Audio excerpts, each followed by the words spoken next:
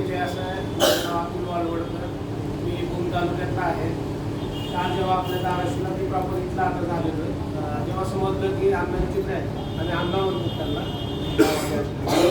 मग आपल्या जावायने तिला उस्मानाबाद आपल्या ब्रँचला लागली म्हणजे धाराशिवला. काल दुपारी आम्ही भेट देऊन गेलो. अतिशय आनंद झाला. अण्णांना मी एक हमी देतो की उस्मानाबादचे पण व्यापारी चांगल्यापैकी आहे. आम्ही आमच्या वतीने पण जेवढं सहकार्य करता येईल तेवढं करता येईल. त्यांनी माझ्या जावायांच्या भावाला पण नगरमध्ये पण चांगल्यापैकी वेल सेटल आहेत ते.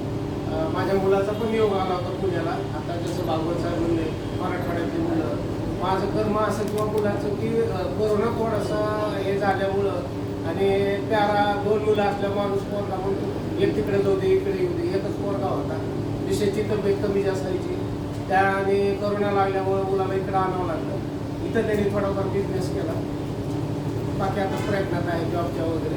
पण असं आहे की गेल्यानंतर तिथे सगळ्याच स्वागत आहे. ही थोडी पुण्यामध्ये आम्ही स्वतः पर्सनली अनुभव घेतलेला आहे. अतिशय आनंद झाला म्हणून आनंदाच्या भरात उठून मी बोलतो अण्णाविषयी.